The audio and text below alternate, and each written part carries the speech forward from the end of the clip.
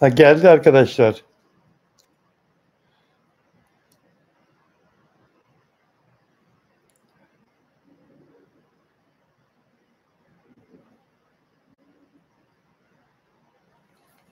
Nasılsınız gençler? Nasılsınız arkadaşlar? Ege merhaba. Yegane burada. Martin merhaba. Sıla Deveci merhaba. Elmettin, Miki, herkes burada. Milkovi merhaba. İyiyim. Bravo. Merhaba. Meryem, Nurten. Teşekkür ederim hepinize. Ramin, Banu Kavaş. İyiyim çok şükür. Teşekkür ederim. İyiyim. Kırmızı kalpler çok güzel. Stoak merhaba. Ayşe Gök selam. İnci, Sakine, Rustemeva, Yegane, Aylin, Sevda. Onur iyileşsin yapacağız. Daha tam iyileşmedi Onur Akay. Feride, Arjantina, Melida Gramajo, Arjantina. Hola Arjantina. Yıldız Çelik. H.A. Merhaba Stoak. Tamam araba sür dikkatli ol. Ramin Gasimov. Hatırlamaz mıyım? Hatırlamaz mıyım Ramin? En eski takipçilerimden birisin. Elena da burada. Milady burada. Bilal abi sana uzun ömür sen sağ. Çok teşekkür ederim canım kardeşim. Çok teşekkür ederim. Arkadaşlar umarım herkes iyidir. Hadise anneliğe hazır olduğunu söyledi. Hadise verdiği bir röportajda çocuk sahibi olmak istediğini söyledi. Biliyorum anne olma şarkıcı Hadise. Biliyorum anne olma yolculuğu, anne olma deneyimi beni bambaşka bir kadına dönüştürecek dedi. Ünlü şarkıcı Hadise anne olmayı çok istediğini söylüyor dostlar. Çocuğum olursa onun bu hayatı seçmesine gerek olmayacak, özgürce yaşamalı. Yani bu hayat dediği sahne hayatı, kendi sanat hayatı, ünlü bir kadının oğlu gibi yaşatmayacağım onu demek istiyor. Çocuğumun kendi yolunu çizmesine imkan tanıyacak. Yani çocuğum kendi yolunu çizebilecek diyor. Ben ona bu imkanı tanırım diyor. Çocuğumla geçireceğim anların değerli ve anlamlı olmasını istiyorum diyor Hadise. Hadise herkes öyle istiyor. Hem özel hayatında hem de kariyerinde yeni bir sayfa açmaya hazırım diyor ben diyor. Hem özel hayatımda hem kariyerimde hazırım diyor Hadise. Hadise tek bir eksiğim var. Sana o çocuğu yapacak olan koca. Nerede? Erkek nerede Hadise? Sevgilin yani Hadise tamam güzel söylüyorsun da yani Mehmet Dinçerlerle evlendin. Evliliğin 7-8 ay bir şey sürdü. Yani devam edemedi. Erkek olmadıktan sonra, koca olmadıktan sonra nasıl yapacaksın? Yani sevgililerinle de uzun ömürlü olmuyor. En son bir yönetmenle beraberdin. Şenol Sönmez'le beraberdin. O da uzun sürmedi ki. Ondan da ayrıldın, bir heves başladın. Bak kimlerle sevgilisin basında ismin kimlerle geçti. Mesela Sinan Akçıl ünlü şarkıcı. Onunla sevgiliydin. O da 2 sene sürdü ayrıldınız. Murat Boz'la Beyazıt Öztürk'le sevgili olduğunuz iddia edildi. Hep iddia edildi. Hep söylentiler çıktı. Bir türlü kabul etmediniz. Ama sizi sevenler sevgili olduğunuzu hep konuştular. Beyazıt Öztürk'le ve Murat Boz'la. Kaan Yıldırım'la sevgiliydiniz. Olmadı. Yani Hadise erkek olmadan çocuk yapamazsın ki. Önce bir güvenebileceğin bir sevgilin olması lazım. Bir erkek olması lazım. Öyle değil mi? Senin de inanman lazım. Ha işte bu. Ben bununla bir çocuk yapabilirim. Bu tamam. Bu benim çocuğumun babası bu olsun. Ve o adamı da iyi bir anne olacağına inandırman lazım. Sadık bir kadın olacağına inandırman lazım. O kadar zor ki dışarıdan kolay gözüküyor bunlar ama öyle zor ki. Yani hayatının partnerini bulduktan sonra kolay ama iş onu bulabilmekte. Bak kimlerle çıktın, kaç kere denedin. Kaç kere bu saydıklarım sadece basına yansıyanların bir kısmı. Yani bunun gibi kim bilir kimler arkadaşındı, sevgilindi. Ama bak 40 yaşına yaklaştın. Çocuk sahibi olmak istiyorum diyorsun. Yani şu erkekle bunu yapacağız, evleneceğim demiyorsun hala. Zor ya. Sen bu işi yapmalısın bence de yaşın geçmeden ama o kadar zor ki. Bir kere çok ünlüsün, şöhretin var. Yani seni kaldırmak her erkek için mümkün değil. Bu şöhreti, bu egoyu yani mümkün değil. Gülerken ağlayabilirsin belki sen. Bazı egolu insanların, bazı şöhretli insanların öyle bir ruh hali de oluyor zaman zaman. Yani kaldıramıyorum falan diye ağladığın günler de vardı. Ben bunu taşıyamıyorum, niye böyle, niye bu kadar yük omuzumda falan diye geçenlerde bir videon da vardı. Psikolojik olarak da zor yani yaptığın iş. Yani on binlerce alkış alıyorsun bir konserde. Eve gidiyorsun gece o kocaman yatakta tek başınasın. Yatağının bir tarafı hep buz gibi. Sabah uyanıyorsun sana günaydın diyen yok. Zor ya. Allah yardımcın olsun. Senin ve senin gibi şöhretli, tek başına yaşamak zorunda olan insanların. Bize bir şey olmaz dizisi. Artık çekimler bitsin mi ya? Mert Ramazan Demir'in çok merak edilen Bize Bir Şey Olmaz dizisi bugün 32. gününde, set gününde ve Sapanca Gölü'nü civarında çekildi arkadaşlar. Set oraya kuruldu. Çok güzel, cennet gibi doğanın harika olduğu yerler.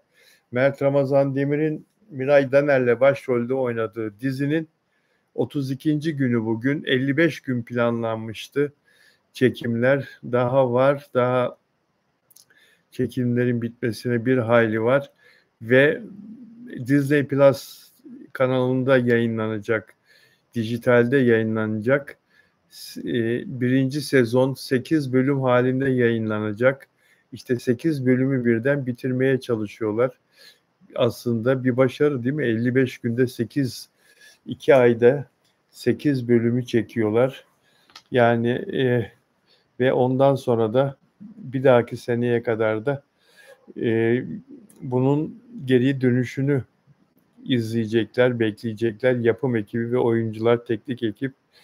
Kanal tekrar isterse, ikinci sezonda çekilerse yeniden bir araya gelip çekimlere başlayacaklar. Mert Ramazan Demir'in oynadığı bir dizinin ikinci sezonu mutlaka istenir. Ben de sizinle aynı fikirdeyim. Bize bir şey olmaz. Aktan isimli bir karakteri canlandırıyor Mert Ramazan Demir. Miray Daner de Lal isimli bir karakteri canlandırıyor. Bu dizide Mert Ramazan Demir'in nasıl bir erkek karakterine bürüneceğini, kadınların onunla beraber olabilmek için nasıl çırpınacağını, nasıl güçlü, yakışıklı ancak içinde de savaşan bir karakter olduğunu biraz sonra anlatacağım. Yeni Mert Ramazan Demir oyunculuğunu, karakterini anlatacağım sizlere arkadaşlar. Bu diziden ipuçları vereceğim. Bu dizinin senaryosundan hep Afra Saraçoğlu'ndan mı vereceğiz? Bu sefer de bugün de Mert Ramazan Demir'den verelim arkadaşlar.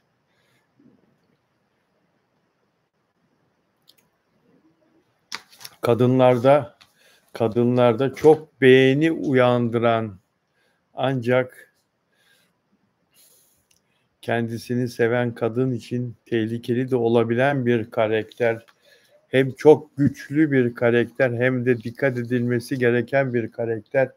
Mert Ramazan Demir'in yeni karakteri. Ben her şeyi söyledim bile ya. Birazdan ne? Hayır. Aktan karakteriyle ilgili asıl söyleyeceklerim biraz sonra devam edeceğim bu konuya. Ne güzel kalpler bunlar Ramazan. Kıpkırmızı kalpler. Mert Ramazan Demir'le ilgili, Mert Ramazan Demir Assos'ta ev satın aldıktan sonra Assos'un yıldızının nasıl parladığını, bütün kadınların Assos'taki emlakçıları aradığını anlattığım bir shorts videosu paylaştım arkadaşlar. Yine bu kanalda kısa bir video, yaklaşık 2 dakikalık bir video paylaştım. Assos ve Mert Ramazan Demir'le ilgili. Bodrum'u Zeki Müren meşhur etmişti. Gençler bilmez, orta yaşlılar bilir. Bodrum'u Zeki Müren tanıtmıştı Türkiye'ye. Assos'u da Mert Ramazan Demir tanıtıyor.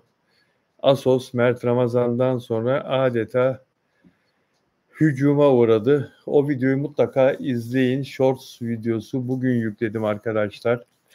Evet, beğen sayısı artacaktır diye ümit ediyorum. Lütfen beğen yapın. Abone olmadan izleyen dostlar lütfen abone olursanız mutlu olurum. Elanur beğen yaptın mı?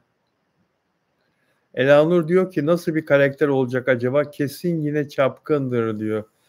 Ah Elanur, insanın ismi çıkmasın, adı çıkmasın bir kere. Osman burada, Osman Ulusan. Bugün Mert'i gördüm. Çok sevindim. Karizmatik Mert. Mert'i kaybeden çok şey kaybeden. Nerede gördün Mert'i? Nerede gördün? Yaz lütfen Osman. O Ayşe Gök cevap diyor. Ne dedin? Biz Afram'ı seviyoruz diyor Miki. İkisini beraber sevdiğini söylüyor.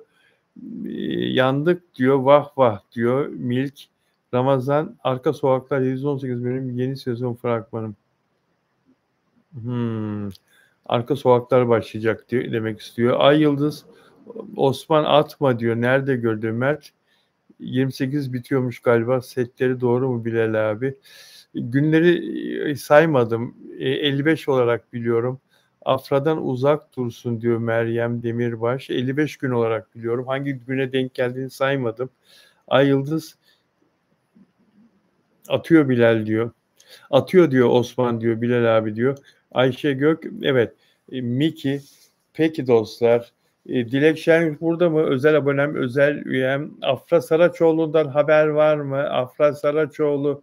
Afra Amerika'ya gittiğin zaman yani bir süre kapatıyorsun antenleri. Bir süre ne görüntü, ne ses, ne hiçbir şey vermiyorsun Afra Saraçoğlu. İnsanlar seni merak ediyor. Tamam Amerika'ya gittin, babana yine kavuştun.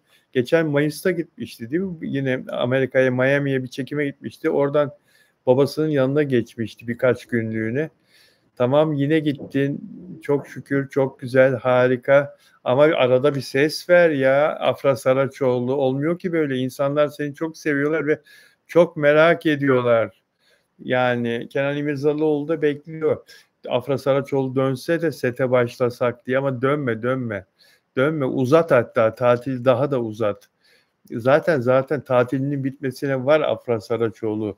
Yeni gittin de söylediğin tatil bitme tarihinde de gelme zaten. Gelme sonra hiçbir daha tatil yok. Evet bir hafta daha uzat. Sonra çok uzun bir çalışma dönemi bekliyor seni. Afram diyor bak. Arapça yazan arkadaş. Adapazarı'nda oturuyorum diyor Osman. Sapanca'da olduğunu duyunca Sapanca'ya gittim diyor. Aferin Osman. Aferin Osman. Fotoğraf da çekseydin. Gülşen Dönmez Bilal Bey parfüm çekimine gitti. Haberiniz yok mu? Biliyorum canım. Parfüm çekimine gitti. Oradan da geçti oraya. Zeruşen Ehmedova, Mert Ramazan Demir'in çok güzel gülüyor. Gülünce diyor. Gülüşüne bayılıyorum diyor. Gülüşüne bayılıyorum diyor. Manifest kızları bugün savcının karşısına çıktılar arkadaşlar. Manifest kızları ve kendileri yargılanacaklar. Savcılık onları nöbetçi mahkemeye gönderdi. Yurt dışına çıkma yasağı verilsin ve karakola gidip haftanın belli günleri imza versinler şeklinde. Serbest bırakılsınlar ama yurt dışına çıkamasınlar şeklinde savcılık onları hakime gönderdi. Hakim de kızları dinledikten sonra yurt dışına çıkış yasağı koydu. 6 kıza da ve haftanın belli günlerinde karakola gidip imza verecekler. Çünkü suç işlediler savcıya göre ve bu suçun karşılığında da yargılanacaklar arkadaşlar. Manifest kızları. Türk Ceza Kanunu 225 ne diyor? Türk Ceza Kanunu 225 hemen okuyacağım. Sahnedeki o gösterileri, o tanga ile yaptıkları gösteri, o kız kıza yaptıkları yakınlaşma gösterisi, dansları, müstehcen hareketleri, vücutlarının belli yerlerindeki o temaslar, birbirleriyle temaslar filan bunlar edep, ar, haya ve iffet duygularını zedelediği gerekçesiyle e, suç olarak değerlendiriliyor ve bununla ilgili de yargılanacaklar. Şimdilik yurt dışına çıkış yasağıyla kendilerinin adli kontrol altında oldukları söyleniyor arkadaşlar. Manifest kızları. Tabii bu kızlar üzerinden para kazanmak isteyen, bu kızları, bu grubu kuran insanların bir şeyi bu. Kurdukları bir düzen bu ve her şey onların kurduğu gibi, her şey onların ayarladığı gibi devam etti. Şimdi bu konuda Sinan Akçıl'ın bir sözü var. Onu okumak istiyorum size. O çarpıcı, onun için arıyorum arkadaşlar. Bir saniyenizi rica edeceğim. Evet, Manifest grubunu kim kurdu bilmiyorum diyor Sinan Akçıl. Ama şu an çok mutludur. Zeki biriymiş. Bizde hep aynı sistem. Kışkırt, kavgaya sok, ceza alıyormuş gibi mağdur göster, iş büyüsün, grup unutulup gidene kadar ekmek ye. Tek üzüldüğüm olayları çaresiz ve ne olduğunu anlamadan izleyen 12-16 yaş kitlesi. Evet, grubu kim kurdu arkadaşlar? Grubu kuranı söylüyorum. Zeynep Bastık'ın boşandığı kocası Tolga Akış. O kurdu. Akıllı bir reklamcı o kişi. Asıl işi reklamcılık ve ciddi anlamda reklam sektöründe kendisinin pek çok başarısı olduğu söyleniyor. Şu anda reklam sektöründe değil, yaratıcı reklamcılık, kreatif reklamcılık anlamında halkın ne istediğini biliyor ve neyi nasıl yaparsa tutacağını biliyor. Bu manifest kızlarını da işte böyle yasak olan bir şeyi yaptırarak onların arkasından bir sürü kitlenin destek olmasını, adeta yürümesini sağladı. Şimdi manifest kızları şu anda zirveye çıktı. Sinan Akçıl o bakımdan haklı. Artık konserlerinde yer bulmak falan imkansız hale gelecek ama bir daha da bu kıyafetleri giyemezler, giymeyecekler zaten.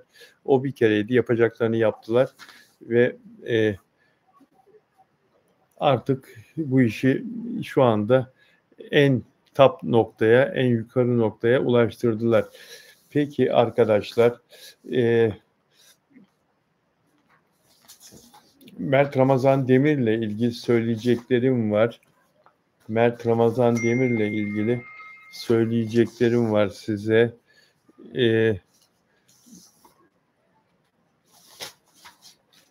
Notlarıma şöyle bir daha bir göz atayım da bir şeyi atlamayayım dostlar.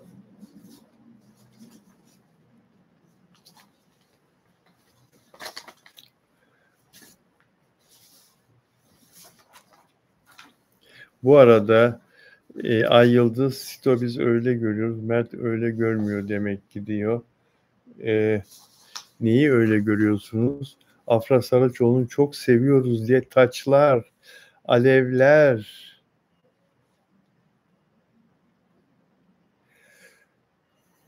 Bilal abi Afra ile Mert'i birlikte görmek istiyorum diyor. Ya ben de istiyorum. İnşallah görürüz. İnşallah Afra ile Mert'i bir arada görürüz. Ama bunun için biraz beklememiz gerekecek.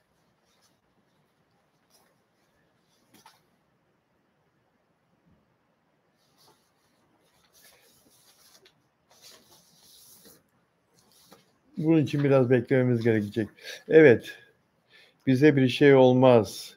Bize bir şey olmaz. Herkes merak içinde bu dizinin tamamlanmasını bekliyor. Böyle böyle afişler yapıp atıyorsunuz sosyal medyaya. Birbirinden ilginç, birbirinden güzel kolajlar yapıyorsunuz. Miray Daner'le Mert Ramazan Demir. Miray Daner'in yerine kimin olmasını çok isterdiniz? Bu afişlerde, bu fotoğraflarda, bu kolajlarda kimin yer almasını çok isterdiniz? Bu kızım mı? Kim bu kız? Seviyor musunuz bunu? Simon Enit. Simon Enit. Ne kadar güzel kalpler onlar. Simon, where are you from?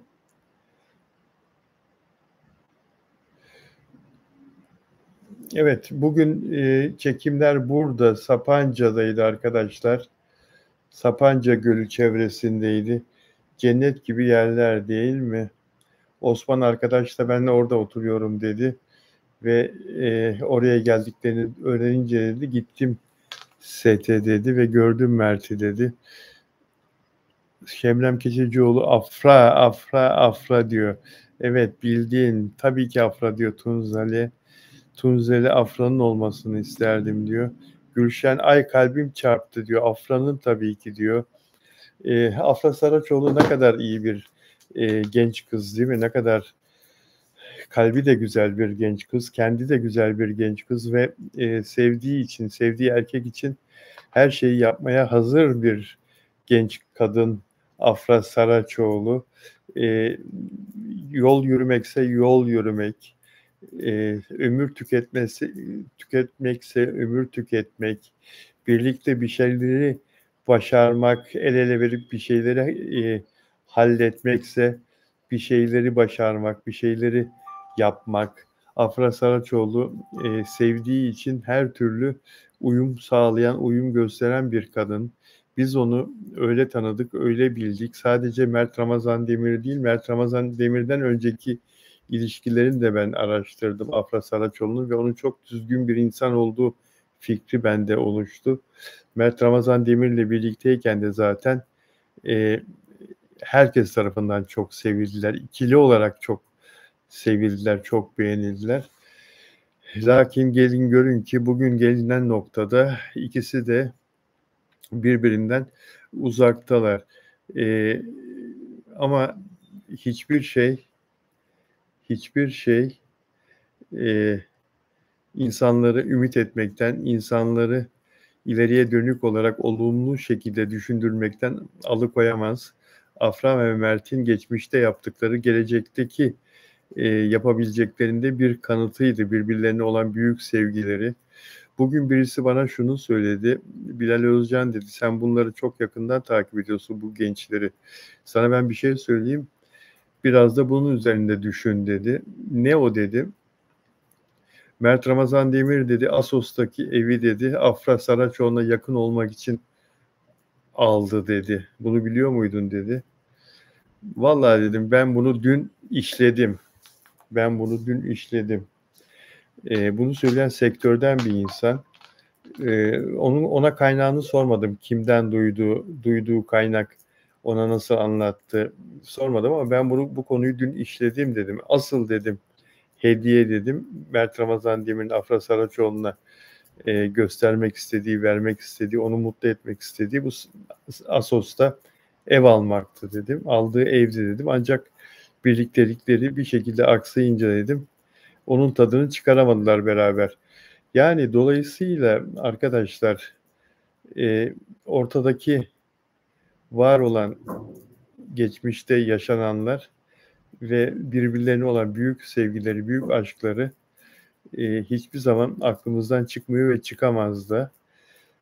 Onlar da bakalım önümüzdeki günlerde kendileriyle ilgili nasıl bir yola girecekler, neler yapacaklar hep beraber göreceğiz. Ayşe Gök, Mert'in ailesine Afra'yı seviyorlar. Tabii bir de öyle bir bağlantıları var. Afra'nın annesi de Mert'i çok seviyor. Afra Saraçoğlu'nun annesi Mert'ten hiçbir zaman vazgeçmiş değil. Mert'i çok seviyor.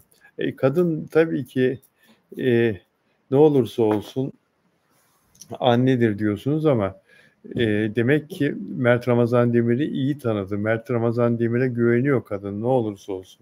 Evet annedir, kızını savunmak zorunda, kızını kollamak zorunda. Eğer Mert Afra'ya bir yanlış yaptıysa bunu en iyi bilecek olanlardan birisi de Afra Saraçoğlu'nun annesidir, öyle değil mi? Ama Afra Saraçoğlu'nun annesi Mert Ramazan Demir'e karşı hala kalbi sıcaksa, hala yakınsa, hala onu iyi şekilde anlıyorsa demek ki kadıncağızın güvendiği, bildiği bir şey var. Afra Saraçoğlu'nun Mert'ten kopamamasının, uzaklaşamamasının, Mert'i itmesine rağmen hayatının bir köşesinde bir şekilde tutmasının önemli bir nedeni de annesinin Mert Ramazan Demir'e olan inancıdır diye düşünüyorum arkadaşlar. Peki 27. Sakine Rüstemova affetmez hiçbir zaman diyor. Drag Pop Afra Saraçoğlu düzgün ve sadakatli insan. Kız biz bu kıza ünü isteyince çok mutlu oluyoruz. Yegane Miki Bilal abi sana çok çok çok diyor anlamadım. Mutluluklar arzuluyorum diyor. Ailenle çocuklarına birlikte diyor. Çok teşekkür ederim canım sağ ol. Ruhengiz Bilal abi selam ben biraz geç geldim diyor. Peki Nuray Afra harika bir kadın. Katılıyorum Bilal Bey sizin bildiğiniz bir şeyler var diyor Ayşe Gök. Yegane kalpler stoak ama Afra MR'de meşhur olmadan önce ona destek oldu. Şimdi Yaser ya da başkası insanın hayatını paylaşacak kadından daha yakın olmamalı. Demek ki bir şey var. Evet diyor Milk. Peki. Peki arkadaşlar. Bize bir şey olmaz sonuçta. Evet, Miray Daner'i bu filmde biliyorsunuz bu dizide başarılı ve idealist bir yayın evi editörü. Mert ise karizmatik bir mekan işletmecisi. Kadınların çok beğendiği, çevresinde çok sevilen ve el üstünde tutulan bir karakteri Aktan'ı oynuyor. Ortak dostları vasıtasıyla bir partide tanışıyorlar. İkisi de zıt karakter. Aralarında müthiş bir çekim oluşuyor. İçten gelen tutku tüm hayata karşı bütün planlarını değiştiriyor. İkisi de bir anda birbirlerini çekiyorlar. Bir elektrik oluşuyor tanıştıktan sonra. Aralarında masalsı ve büyüleyici bir aşk başlıyor. Mert Ramazan Demir'e de ne yakışır ama masalsı ve büyüleyici bir aşk yaşayacak ekranda Mert Ramazan Demir, Miray Daner'in canlandıracağı Lal karakteriyle. Ancak gittikçe karmaşık ve kırılgan bir hal alıyor ilişkileri. Bu güçlü aşk bir süre sonra sorun haline geliyor. Dizinin anlatımı bu aşkın evrelerini sadece iki karakterin değil, onların çevrelerindeki kişilerin gözünden de aktarıyor. Bu da duygusal yoğunluğu ve dramı daha da artırıyor. Evet arkadaşlar. Aktan yani Mert Ramazan Demir şehrin iyi bir işletmecisi, karizmatik ve hayatı kontrol altında gözüken bir insan.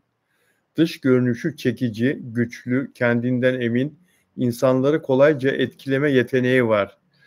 Aktan'ın insanları kolayca etkileme yeteneği var. Ancak bu parıltılı yüzünün ardında daha karmaşık, kırılgan ve huzursuz bir ruh taşıyor Aktan. Hayatını yoluna koymuş gibi görünse de içten içe yalnızlık ve geçmişin yükleriyle mücadele ediyor Mert Ramazan Demir. Ya Mert Ramazan Demir bırak bunu ya. Dön Afra'ya kurtar kendini ya. Of ya. Of keşke beraber oynasalardı şu dizide. Devam ediyorum. Mert Ramazan'ın Aktan'ı Miray Daner Lali gördüğü anda, Mert Ramazan Demir yani Aktan Miray Daner'i Lali gördüğü anda onun saflığına ve farklı enerjisine kapılıyor. Bak bak bak bak bak bizim Mert'e bak. Kapılır mı işte kızlara? İlk başta sadece kısa süreli bir heyecan gibi görünen bu karşılaşma zamanla dönüştürücü hatta yıkıcı bir aşka evriliyor. Sen Afra Saraçoğlu'ndan başka kızlara bakarsan Seyran'dan başka kızlara bakarsan işte böyle olur. Oh sana. Aktan'ın asıl hikayesi sahip olduğu güç ve cazibenin arkasındaki boşlukla yüzleşmesi. Lal'le yaşadığı tutku onun en güçlü yanı kadar en zayıf noktası da. Şöyle bir daha okuyorum. Aktan'ın asıl hikayesi sahip olduğu güç ve cazibenin arkasındaki boşlukla yüzleşmesi. Lal'le yaşadığı tutku onun en güçlü yanı kadar en zayıf noktasını da ortaya çıkartıyor. Senarist Pınar Bulut'un çizdiği Aktan, klasik yakışıklı ve güçlü erkek tipinden farklı. Yakışıklı ve güçlü erkek tipinden farklı diyor Mert Ramazan Demir'in canlandıracağı karakter için. Bize bir şey olmaz. Bir yandan hayranlık uyandıran, diğer yandan felakete sürükleyen, vay! Mert Ramazan Demir'in canlandıracağı Aktan karakteri bir yandan hayranlık uyandıran, diğer yandan felakete sürükleyebilen bir karakter. Yani izleyici hem etkilenip hem de bu adam çok tehlikeli olabilir duygusunu aynı anda yaşayacak. Tehlikeliysen Mert Ramazan Demir, Afra Saraçoğlu'na gelme artık. Git, kime gidiyorsan git. Yazık Afra'ya ya. Miray Daner'le canlandıracağı dizideki karakter, Miray Daner'in canlandıracağı Lal karakterine Allah kolaylık versin. Mert Ramazan Demir hakikaten şaka bir yana arkadaşlar. Çok güçlü bir, değişik bir, anladığım kadarıyla psikolojik olarak da biraz rahatsız, güçlü bir erkeği canlandıracak. Mert Ramazan Demir'in oyunculuğunu çok iyi bildiği için yönetmen ve senarist onun güçlü bir oyunculuk yapısına sahip olduğunu bildiği için biraz ağır bir senaryo yazmışlar. Mert Ramazan Demir'i lay lay lom bir aşk hikayesine, romantik hikayede göreceğini zanneden seyirci yanılacak. Biraz dram bir aşk hikayesi bu. Biraz ağır bir aşk hikayesi. Mert Ramazan Demir'in bu yeni dizisi ve onu çok daha güçlü bir oyuncu olarak öne çıkaracak. Üstesinden gelecek elbette. Bu yeni hikayenin, bu yeni dizinin Mert Ramazan Demir. Ondan sonra da alacağı roller çok daha büyük olacaktır. Ona gelen teklifler çok daha büyük olacaktır. İnşallah bu diziyi başarıyla çektikten sonra diyorum ve dostlar hepinizi çok seviyorum. Bana biraz müsaade. Yarın yine görüşürüz, olur mu?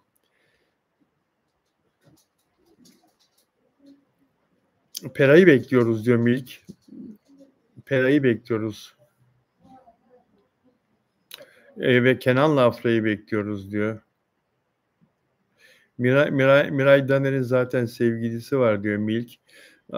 Ya varsa mutlu olsunlar yani. Var, evet, biliyorum sevgilisi olduğunu. Zaten Mert Ramazan Demir sevgilisi olan kadına bakmaz.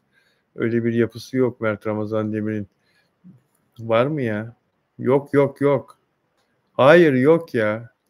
Ya Mert Yazıcıoğlu Afra Saraçoğlu'na yanlış yapmıştı arkadaşlar. Büyük yanlış yapmıştı. Yani o konuya sakın gitmeyin. Stoak Miray çok kıskanç diyor.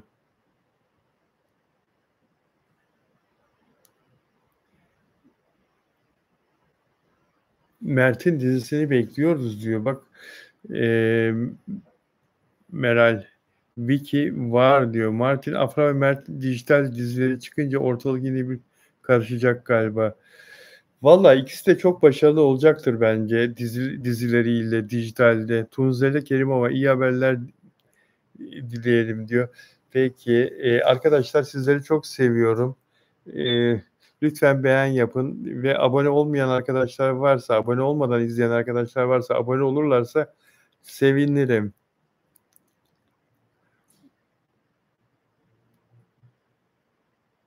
Mert ve Miray birbirine çok yakışıyorlar. Bu sezonun en iyi çifti diyebiliriz diyor Mert isimli arkadaş. Sakin Rüstem ama ben Afran dizisini bekliyorum diyor. Ben de. Peki. Herkese sevgiler, herkese teşekkürler. Görüşmek üzere, olur mu dostlar? Kendinize iyi bakın. Çok iyi bakın. Hastalanmayın. Çok iyi bakın. Yarın yoklama yapacağım. Herkes orada mı olacak bakalım. Yarın herkes gelsin. Bugün biraz azdı. Sayı azdı. Sevgiler.